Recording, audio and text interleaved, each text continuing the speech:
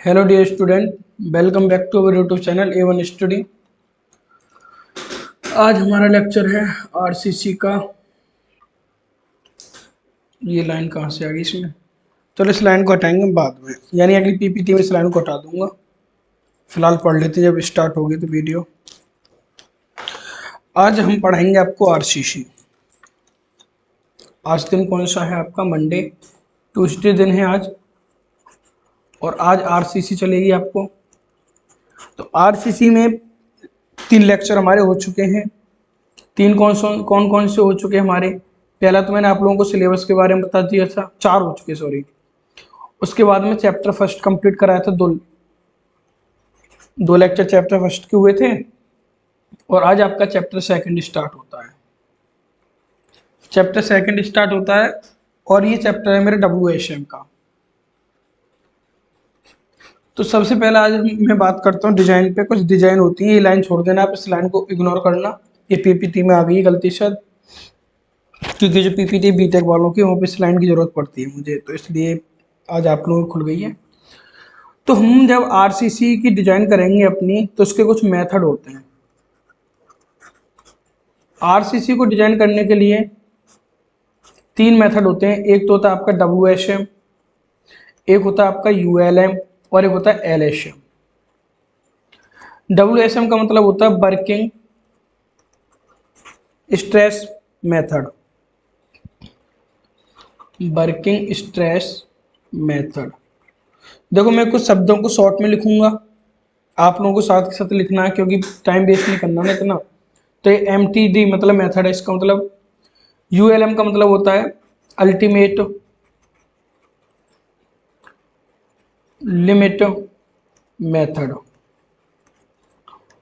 और LHM होता है लिमिट स्टेट मेथड। कहीं कहीं स्ट्रेस भी होता है, कहीं स्टेट भी होता है। तो आपका जो आरसीसी स्ट्रक्चर आपको पढ़ना है, आपको केवल 2 ही मेथड पढ़ने हैं इसमें। और वो 2 मेथड हैं आपके, एक तो WHM और एक LHM। ये आपको नहीं पढ़ना, 3 मेथड होते हैं, हालांकि मैं आपको उस नॉलेज के लिए बता रहा हूँ। तो आज मैं बात करूंगा WHM पे, इसके बाद में फिर हम LHM पढ़ेंगे। आज मैं WHM के बारे में बात करूंगा। आपके कोर्स में WHM है, बस 2 ही डिजाइन करनी है, एक तो सिंगली और एक doubly reinforce beam. Singly and doubly reinforce beam की डिजाइन करनी है, बस मुझे आपके सिलेबस में ये दिया है। बाकी जब मैं LHM पढ़ाऊंगा तो इसमें बीम की भी डिजाइन करूंगा, मैं स्लैब की भी डिजाइन करनी है, कॉलम की भी डिजाइन करनी है, काफ़ी चीज़ें आती हैं, ट्रस वगैरह, इन सभी की डिजाइन में LHM में करूंगा आपके लिए, क्योंकि कोर्स में आपको LHM में ही डिजाइन दी है ये। तो हम आगे चलते हैं, अपना स्टार्ट करते हैं पहला चैप्टर WHM। हेडिंग डालिए WSM, वर्किंग स्ट्रेस मेथड। जब मैं WSM और LSM दोनों पढ़ा दूंगा, उसके बाद में फिर मैं रिलेशन बताऊंगा क्या होता है, क्योंकि आपके सिलेबस में क्या है, पहले चैप्टर में दे दिया था कि WSM और LSM में क्या रिलेशन है, क्या फ़र्क है। अब जब तक मैं डिटेल में आपको WSM और LSM नहीं पढ़ा दूंगा, आपको फ़र्क कहाँ से पता पड़ जाएगी। तो इसलिए पहले मैं, जब मेरे अनुसार पढ़ोगे तो सिंपल रहेगा, बुक के अनुसार जाओगे तो फिर, मैं ये नहीं कह रहा गलत है, बट सारी चीज़ें बढ़िया, बस थोड़ा सा हार्ड पड़ेगा। इसलिए किसी न किसी की गाइड जरूर लेते हैं। तो सबसे पहले इसमें कुछ आपकी डेफिनेशंस होती हैं, उन डेफिनेशन को लिखो। सबसे पहले आती है इसमें मॉड्यूलर रेशियो। कुछ डेफिनेशन है वो लिखनी है आप लोगों को।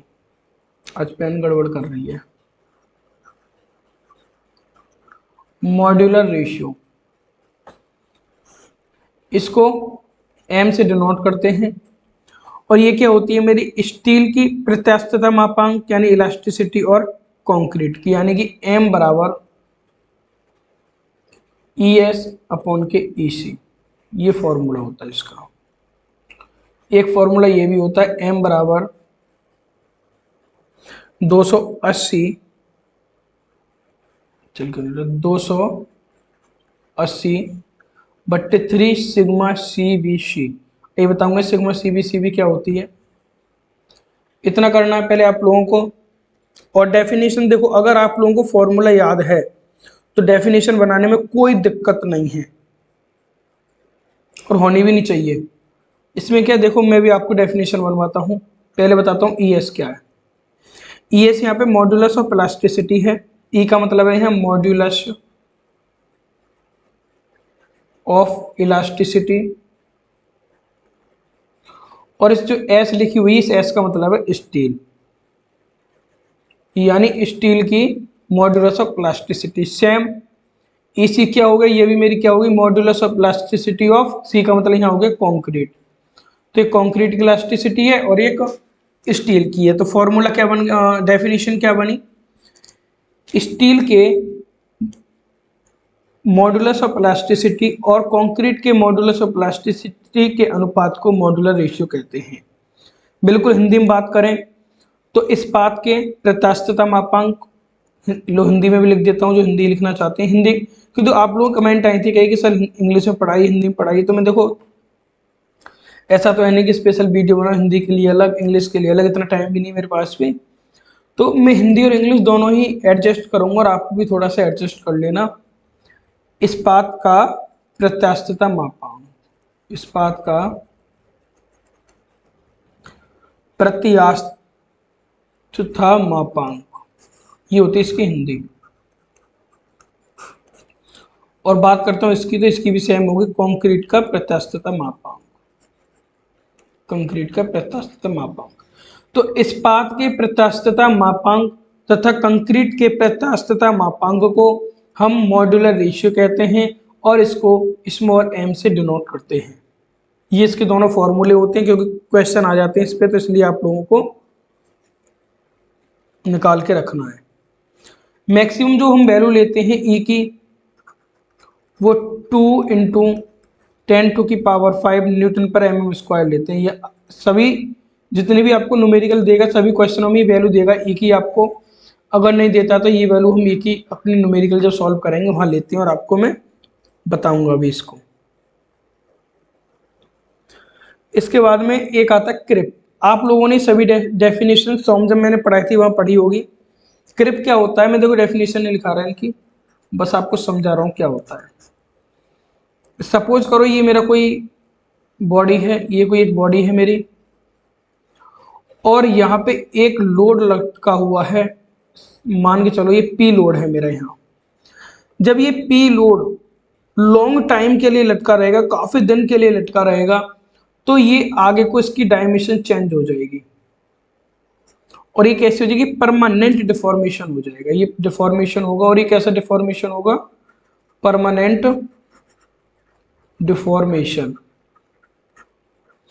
और ये बात करूं तो कांस्टेंट लोड मान लीजिए, क्या है मेरा कांस्टेंट लोड, तो यही मेरी क्रिप होती है। अब मैंने भी आपको एक फॉर्मूला बताया था एम का, एम बराबर 280/3 सिग्मा CVC। अब ये सिग्मा CVC की वैल्यू होती है, ये या तो आपको दे देगा पेपर में, या जब आप बुक में क्वेश्चन सॉल्व करोगे अपने तो वहां दे देगा, अगर नहीं देता है तो मैं 3 ग्रेड के लिए लिखा रहा हूं बस। पहले में डालिए ग्रेड ऑफ कंक्रीट, और दूसरे में वैल्यू लिखिए सिग्मा CVC, और ये वैल्यू है आपकी न्यूटन पर mm स्क्वायर। 3 वैल्यू आपको याद करनी है, फालतू के ड्रामा में करता नहीं हूँ कि आपको 15-20 तक लिखा दूँ मैं, 60 डिग्री तक, यानी 60 ग्रेड तक, वो चीज़ मुझ पर आती नहीं है, क्योंकि आप जब सॉल्व करोगे तो बस ये 3 ग्रेड ही यूज होती हैं। ग्रेड आपको पता ही होंगे क्या, सीटी सब पढ़ के आए होंगे, और नहीं पढ़े तो एक बार सीटी के लेक्चर देख लेना। अगर ये ग्रेड भी नहीं पता तो फिर यार क्या करोगे तुम। तो M15 M20 M25 3 ग्रेड के लिए लिख लेना है आप लोगों को। सिग्मा CVC की वैल्यू M15 के लिए 5 लिख लेना, M20 के लिए 7 लिख लेना, और M25 के लिए 8.5 वैल्यू लिख लेना। ये 3 वैल्यू आप लोगों को याद रखनी है। इसके बाद में फैक्टर ऑफ सेफ्टी होता है मेरा कंक्रीट के लिए, और एक नोट लिखा देता हूं मैं आगे, नोट लिखिए एक,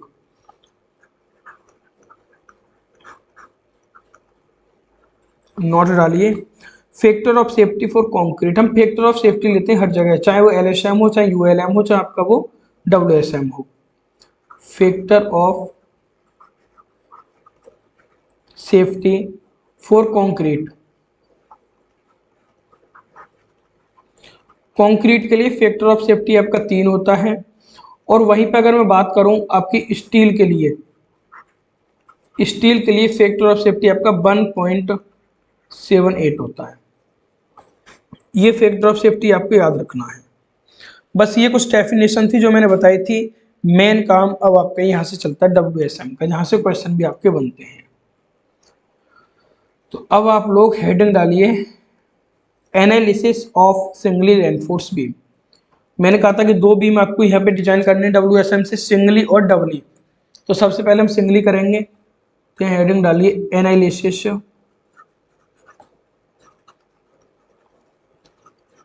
of singly reinforce beam. Singly reinforce को मैं ऐसे भी लिख सकता हूँ, और REINFORCED रेनफोर्स ही होती है, मैं इस शॉर्ट में लिखूंगा रेनफोर्स कंक्रीट बीम।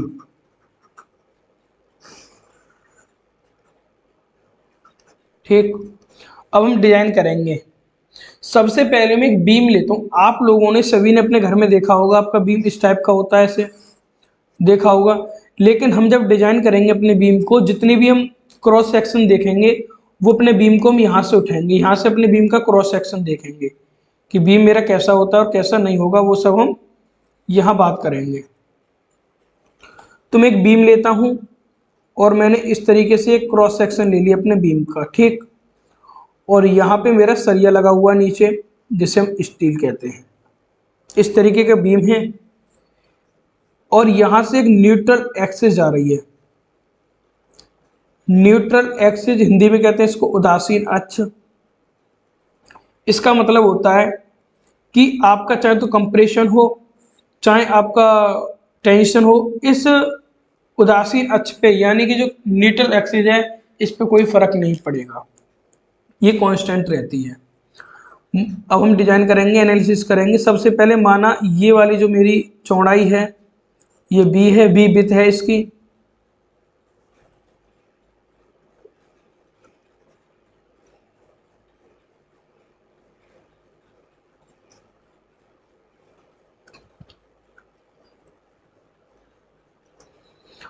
और यहाँ से लेके यहाँ तक इसमें 2 डेप्थ आती है हमारी। एक तो इफेक्टिव डेप्थ होती है और एक टोटल होती है। टोटल को मैं कैपिटल डी से बात करता हूँ, और इफेक्टिव को मैं डिनोट करूंगा स्मॉल डी से। यहाँ से लेके और यहाँ तक होती है मेरी स्मॉल डी, बताऊंगा अभी कैसे होती है ये। और ये मेरी सरिया लगी हुई है, इसको मैं कह देता हूँ AST, एरिया ऑफ स्टील, क्योंकि स्टील तो ये मेरा। और यहाँ से लेके और ये जो बाहर तक की दूरी है, इसको हम क्या कहते हैं, नॉमिनल कवर या क्लियर कवर। तो मैं लिख देता हूं क्लियर कवर। जब अगर आपसे पेपर में एनालिसिस पूछ लेगा, तो इस तरह का डायग्राम बना के सारी चीजें आपको लिखनी है, तो साथ के साथ लिखते हुए चलना है आप लोगों को। और माने चलिए हाँ, मेरा कोई डाया था सरिया का, इस डाया के बीच में से और बाहर तक की दूरी क्या कहलाती है मेरी यहाँ पे, इफेक्टिव कवर। Effective cover. और एक बार मैं लिख भी देता हूं ये, उसके बाद फिर हम न्यूट्रल एक्सिस की बात करेंगे। सबसे पहले बी क्या है आपकी, विड्थ ऑफ बीम है या चौड़ाई है बीम की, विड्थ ऑफ बीम, बीम की चौड़ाई है ये। उसके बाद में कैपिटल डी मैंने क्या बताया, total depth of beam, total depth of beam. वैसे मुझे लिखने नहीं चाहिए क्योंकि मैं सब बता चुका हूँ आपको, लेकिन फिर भी लिख रहा हूँ मैं। और स्मॉल डी मैंने इफेक्टिव डेप्थ बताई थी आपको, इफेक्टिव डेप्थ। स्मॉल डी अगर मुझे निकालना है तो स्मॉल डी में से कैपिटल डी में से माइनस कर दूंगा इफेक्टिव कवर। ये मैं स्मॉल डी निकालता हूँ। कभी कभी मुझे कैपिटल डी देगा तो आपको स्मॉल डी निकालनी है, यहाँ से आप स्मॉल डी निकाल लोगे। तो पूरी डेप्थ जो है इसमें से जो आपका इफेक्टिव कवर होगा उसको मैं घटा दूंगा, तो यहाँ से मेरा स्मॉल डी निकल जाएगा। अब आप लोग यहाँ से बात करते हैं हम लोग कि डेप्थ ऑफ न्यूट्रल एक्सिस की। 2 चीजें होती हैं, एक तो एक्चुअल न्यूट्रल एक्सिस होती है मेरी, और एक क्रिटिकल होती है। इन्हीं 2 को करने के बाद एक न्यूमेरिकल करेंगे और आज की क्लास को हम समाप्त करेंगे। यही हमारे मेन है, यहाँ से यहीं से क्वेश्चन बनते हैं। तो अगली हेडिंग डालिए depth of neutral axis.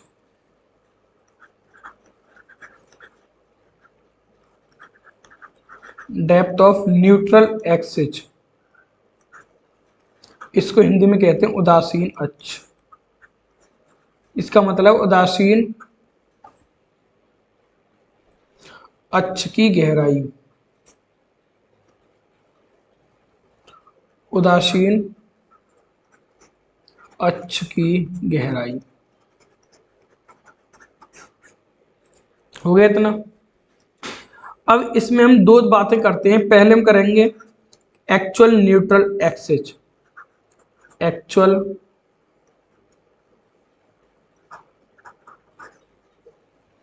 Neutral axis यानी कि वास्तविक उदासीन अक्ष, वास्तविक उदासीन अक्ष। सबसे पहले हम इसकी बात करेंगे, वही चीज अपनी बना लीजिए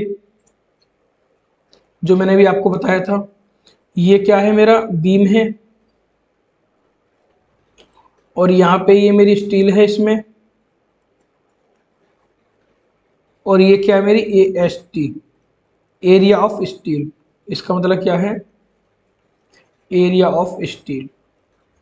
जब मैं इसको डायग्राम के रूप में डिनोट करता हूं तो मेरे न्यूट्रल एक्सिस होती है, मैंने बताया था इस पर कोई फर्क नहीं पड़ता है, न्यूट्रल एक्सिस। तो इस तरीके से बनता है। ऊपर कंप्रेशन का एरिया होता है मेरा, फिर ये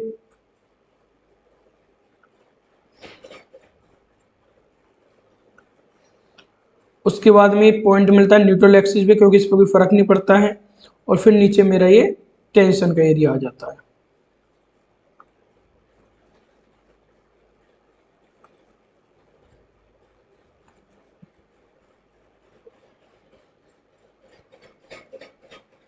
इस तरीके से आपका ये डायग्राम होता है। तो यहां से लेके यहां तक की जो दूरी है ये मानी मैंने XA। देखो अगर ये थ्योरी होती तो जल्दी बढ़ जाता है, इसमें अगर आपको ये समझ में नहीं आया तो आप लोग न्यूमेरिकल नहीं कर पाओगे। तो बिल्कुल ढंग से अच्छी तरीके से इस चीज को समझिए। और यहाँ पे मेरी स्टील है, टेंशन है तो स्टील होती है सिग्मा ST हो गया, और ऊपर सिग्मा CBC जो मैंने ऊपर बताया था आपको वो होता है।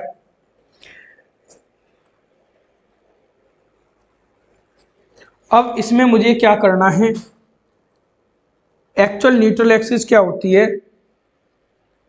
जब जो न्यूट्रल एक्सिस है हमारी, इसकी हमें डेप्थ ज्ञात करनी है। मूवमेंट ऑफ एरिया मेथड अगर हम यूज करते हैं तो एक्चुअल न्यूट्रल एक्सिस की डेप्थ कहते हैं। चलो एक बार लिख लीजिए इसको।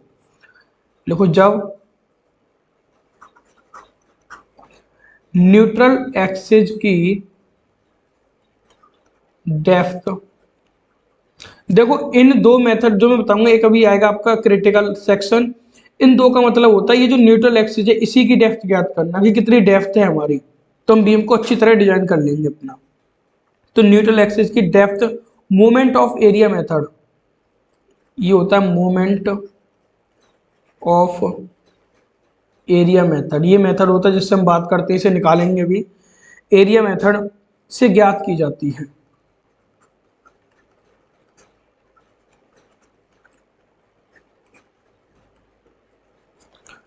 तो इसे हम, तो इसे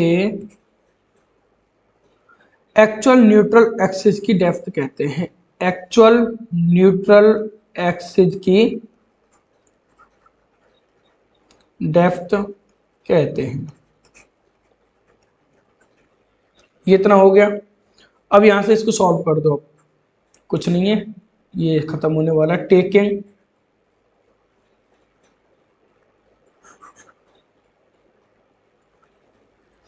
लिखिए, टेकिंग, देखो जैसे मैं कर रहा हूँ ना ऐसे अपनी कॉपी में लिखते रहो। समझ में नहीं आता तो वीडियो बैक कर लेना थोड़ी सी, फिर समझना, फिर भी नहीं आता तो मुझे कमेंट में बता देना, मैं फिर समझा दूंगा, क्योंकि पेपर में आपके आते हैं और बुक में इतनी सरल भाषा में नहीं दिए होंगे जितनी सरल भाषा में आपको बता रहा हूँ। तो taking moment about neutral axis, ये आप लोगों ने SFD BMD पढ़ी होगी तो वहां पे पता होगा मूवमेंट कैसे लेते हैं। तो न्यूट्रल एक्सिस के अबाउट मूवमेंट ले रहा हूं, तो सबसे पहले तो ये कितनी है मेरी B, तो B इंटू दूरी कितनी है XA, ये दूरी एक्स ए है, फिर इसका हाफ हो जाएगा X A by two, S F D B M D में आपने पढ़ा होगा। फिर ये वाली area M A S T होती है मेरी यहाँ पे, M sigma S T, sigma S T और डी माइनस के एक्स ए, यानी कि कैप डी मेरी कहाँ तक थी, यहाँ तक थी जो मैंने बताया था, ये मेरी इफेक्टिव डेप्थ होती है। अगर मैं एक्स ए निकाल दूंगा तो ये वाली दूरी आ जाएगी, मुझे ये वाली दूरी भी चाहिए थी, तो ये हो गया। तो ये यहाँ से कितना आ गया मेरा निकल के,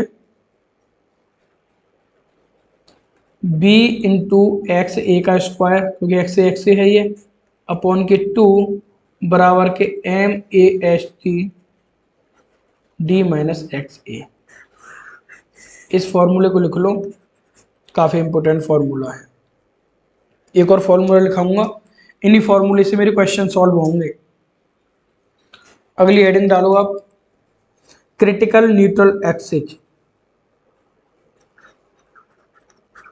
एक तो होगी एक्चुअल, एक होती है क्रिटिकल न्यूट्रल एक्सिस, या इसको हम कहते हैं ideal neutral axis, ideal neutral axis. दो होती है ये, अब ये लास्ट है हमारी। वो हमने कैसे की थी, मोमेंट एरिया मेथड से की थी, जो मैंने भी आपको बताया था पिछली वाली में, और इसको हम करेंगे बेंडिंग स्ट्रेस से, तो इसलिए हम क्रिटिकल न्यूट्रल एक्सिस कहते हैं। यहाँ भी लिख लीजिए, सेम ऐसे करना, जब न्यूट्रल एक्सिस की डेप्थ बेंडिंग स्ट्रेस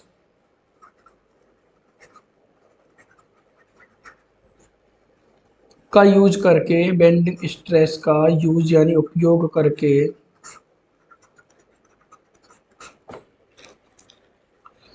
ज्ञात की जाती है।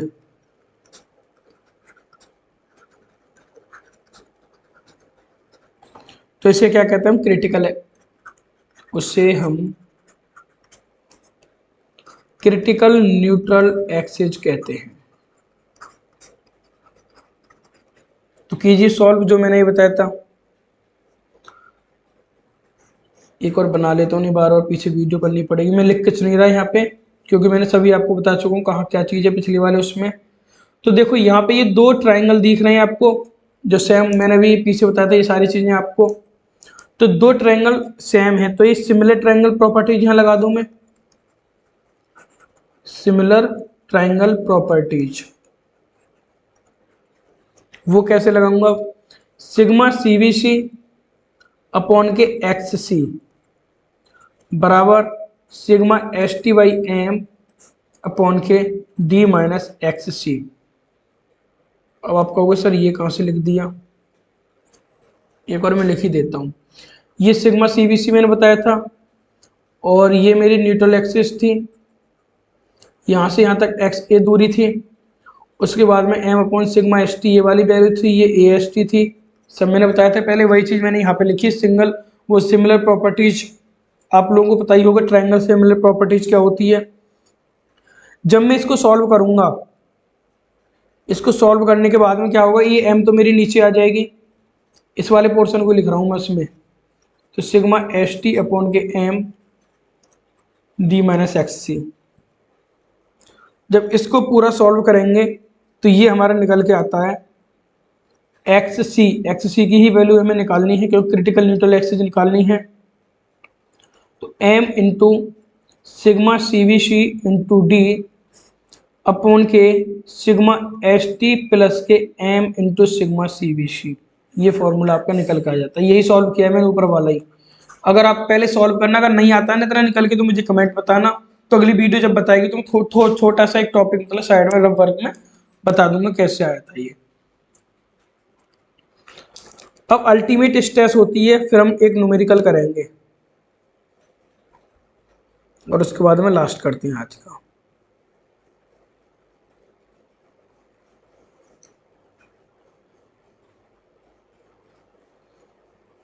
ये आप क्वेश्चन में दी होती है, उसे छोड़ो, न्यूमेरिकल लिखते हैं डायरेक्ट में। और आप लोग ये भी देख लेना किस टाइप का न्यूमेरिकल आता है पेपर में।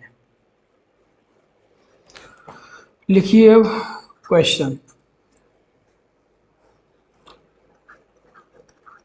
आरसीसी का यानी प्रबलित सीमेंट कंक्रीट या रेनफोर्स सीमेंट कंक्रीट, आरसीसी का एक आयताकार बीम, आरसीसी का एक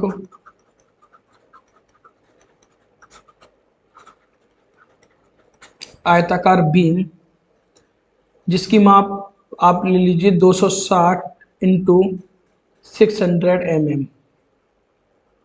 एक बीम दिया है आपको जिसकी माप ये है, इतने बीम माप का है। इसकी तली में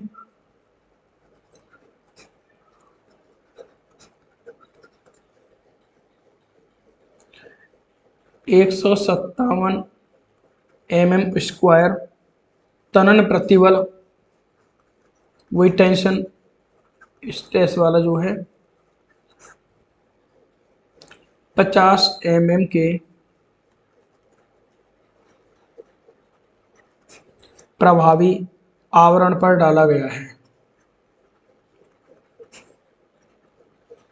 आवरण पर डाला गया है। यदि ये कुछ वैल्यू दी हुई है, ऐसे मैंने कहा था ना सभी आपको वैल्यू दी होंगी, अगर नहीं दी होंगी तो मानना जो मैंने बताया था। सिग्मा सीवीसी की वैल्यू है 7 न्यूटन पर mm स्क्वायर। सिग्मा एसटी आपको दे रखी है यहाँ पे 140 न्यूटन पर mm स्क्वायर।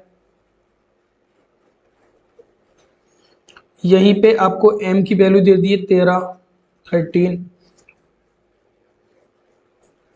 तो यहां से हमसे पूछा है इतना हो तो critical and actual neutral axis ज्ञात कीजिए। क्रिटिकल एंड एक्चुअल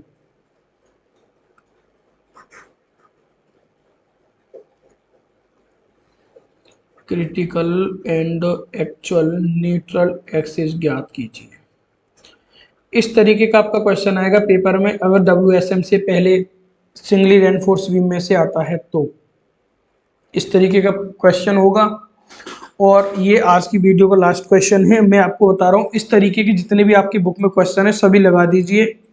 कहीं भी अगर आपको प्रॉब्लम आती है तो आप सभी को टेलीग्राम ग्रुप मेरा बताइए, A1 स्टडी पर आ जाइए या फिर नीचे लिंक दी हुई टेलीग्राम की, वहाँ से ज्वाइन हो जाइए। या तो आप टेलीग्राम पर मुझे क्वेश्चन सॉल्व सेंड कर दीजिए अगर आपको नहीं होता है, या फिर मुझे कमेंट में बता दीजिए कि सर ये क्वेश्चन सॉल्व नहीं हुआ था।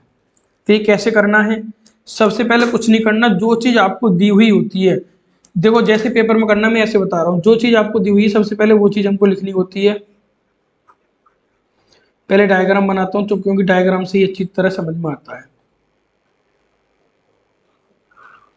ये हमारा बीम है, यहाँ पे मेरी स्टील लगी हुई है इस बीम में। इसके बाद में जो मुझे इसकी गहराई दी हुई है 260 और 600 mm की माप है, तो 260 तो इसकी होगी मेरी टोटल गहराई। कितनी हो गई ये 260, और इसकी चौड़ाई मुझे कितनी दी है 260।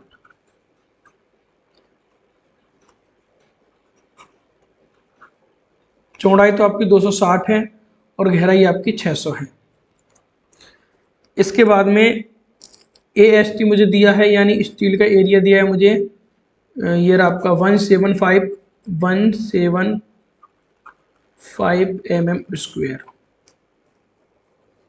और बाकी चीज़ मैं यहाँ लिख देता हूँ आपके लिए।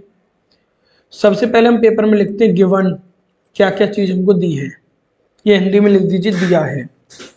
सबसे पहले बी दी है मुझे, बी कितनी मुझे दी है 260 mm की। उसके बाद में कैपिटल डी मुझे दी है, कैपिटल डी मेरी कितनी है 600 mm की। अब स्मॉल डी मुझे निकालनी थी, तो कैपिटल डी में से क्या निकालना है, इफेक्टिव स्ट्रेस निकाल, सॉरी इफेक्टिव कवर निकाल दीजिए। इफेक्टिव कवर आपको कितना दिया है 50 mm का प्रभावी आवरण ये दे रखा, तो -50, तो स्मॉल डी मेरी कितनी आ गई 550 mm। AST एरिया मुझे स्टील का दिया 157 mm स्क्वायर। इसके बाद में आपको देखो मैं आपको बता भी देता हूँ, ये रहा आपका स्टील का एरिया। इसकी तली में 157 mm² तनन प्रति बल स्टील का एरिया है। सिग्मा एस टी की वैल्यू मुझे दे रखी है 140 Nm/mm²। एम की वैल्यू मुझे दे रखी है 13 और सिग्मा सीवीसी की भी वैल्यू मुझे दे रखी है 7 Nm/mm²। तो ये चीज है, जितनी भी वैल्यू आपको दी हो सभी वैल्यू को आपको लिखना है गिवन डाटा करके। उसके बाद में लिखना है आपको फाइंड। जैसे आपको पेपर में करना सेम ऐसा तरीका बता रहा हूँ, कोई भी नहीं करता पॉलिटेक्निक में, तो बीटेक में जाके करते हैं ऐसे बच्चे बेशक, लेकिन पॉलिटेक्निक में बहुत कम करते हैं। तो फाइंड क्या करना है हमें, critical and actual neutral axis. Critical and actual neutral axis मुझे ज्ञात करनी है। तो चलो निकालते हैं हम लोग। सबसे पहले निकालेंगे क्रिटिकल न्यूट्रल एक्सिस। तो क्रिटिकल न्यूट्रल एक्सिस का अगर आपको ध्यान हो तो मैंने फॉर्मूला क्या निकाला था लास्ट में, ये है क्रिटिकल न्यूट्रल एक्सिस का फॉर्मूला। इसी को पहले फॉर्मूला को वहां लिख दीजिए, X C is equal M sigma C V C D upon के sigma C V C into M plus sigma S T. आपको दिक्कत होनी नहीं चाहिए, वैल्यू रख दीजिए। एम की वैल्यू मुझे 13 दी है, सिग्मा सी वी सी की वैल्यू 7 दी है, डी मैंने 550 निकाला था, और उसके बाद में सिग्मा सी वी सी 13 दी है और 7 वैल्यू एम की दी है, प्लस सिग्मा एस टी की वैल्यू मुझे कितनी दी थी, सिग्मा एस टी की वैल्यू 140 दी है। 140 कुछ नहीं किया, वैल्यू लिख दी।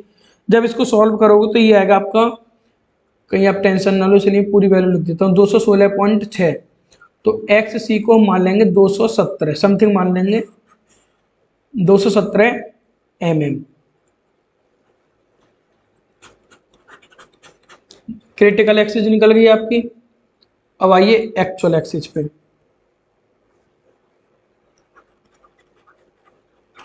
एक्चुअल न्यूट्रल एक्सिस, इसका मैंने फॉर्मूला बताया था आपको, B X A square by 2 बराबर M A S T D minus X ए।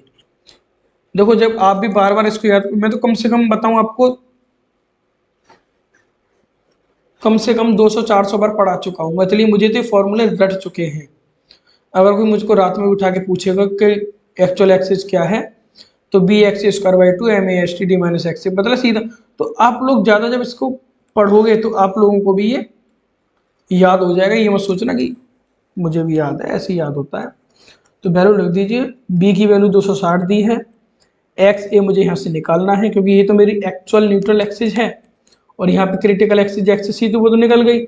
अब यहाँ से एक्स ए स्क्वायर अपॉन के 2 को यू रख दीजिए। एम की वैल्यू मुझे कितनी दी है 13, ए एस टी की वैल्यू कितनी दी थी मुझे 157, ए एस टी की वैल्यू है 157। उसके बाद में डी माइनस एक्स ए, तो डी की वैल्यू मैंने निकाली है 550 माइनस एक्स ए मुझे निकालनी है। तब यहाँ से इसको सॉल्व करोगे तो एक्स ए की वैल्यू आपकी आएगी निकल के 85.40 mm। ये आपकी आएगी एक्चुअल न्यूट्रल एक्सिस, और ऊपर निकल गई थी आपकी क्रिटिकल। आपसे क्वेश्चन में यही पूछा था, क्रिटिकल और एक्चुअल न्यूट्रल एक्सिस ज्ञात कीजिए, और क्रिटिकल एक्सल, ये दोनों आपको ज्ञात करनी थी, और यही हमारी मेन होती है। पहले लेवल के जो क्वेश्चन है यही है, जितने भी आपके बुक में क्वेश्चन है इस तरीके के सभी क्वेश्चन आप लगाना। अगर आप स्क्रीनशॉट लेना चाहें तो स्क्रीनशॉट ले लीजिए। पहले मैंने आरसीसी के मेथड के बारे में बताया, फिर कुछ डेफिनेशन थी, मॉड्यूलर रेशियो हो गया, क्रिप हो गया, ग्रेड हो गई, उसकी सिग्मा सीबीसी की वैल्यू कितनी लेनी है। इसके बाद में फैक्टर ऑफ सेफ्टी बताए थे, ये आपको याद रखने हैं। कंक्रीट के लिए 3 होता है और स्टील के लिए 1.78 होता है। फिर मैंने सिंगली रेनफोर्स बीम के लिए डिजाइन बताई थी कैसे करते हैं, यानी इसका एनालिसिस किया था। 2 चीज़ें हम निकालते हैं, एक तो एक्चुअल न्यूट्रल एक्सिस निकालते हैं, इसका फॉर्मूला मेरा ये निकल के आया था, और एक निकालते हैं क्रिटिकल न्यूट्रल एक्सिस, जिसका फॉर्मूला ये आया था। फिर मैंने इस पर सॉल्व किया एक क्वेश्चन। अब आप लोगों को क्या करना है, जितने भी आपके क्वेश्चन होंगे बुक में सभी को आपको करना है। जो भी नहीं होगा तो आप यहाँ तो कमेंट मुझे कर दीजिए कि सर ये क्वेश्चन नहीं हुआ था, या आप टेलीग्राम पर मुझे बता दीजिए, हम क्वेश्चन भेज दीजिए, मैं आपको सॉल्व करके भेज दूंगा आपके पास में। और आपको वीडियो कैसी लगी कमेंट करके मुझे बता देना। और कोई दिक्कत तो वीडियो में किसी भी तरह की कोई भी पॉइंट समझ में ना आया तो मुझे कमेंट करके बता देना, अगली वीडियो में उसको क्लियर कर दूंगा। और वीडियो को ज़्यादा से ज़्यादा शेयर करें और पसंद आई है तो इसको लाइक भी कर दें। तो मिलते हैं हम अगले वीडियो में आप लोगों को।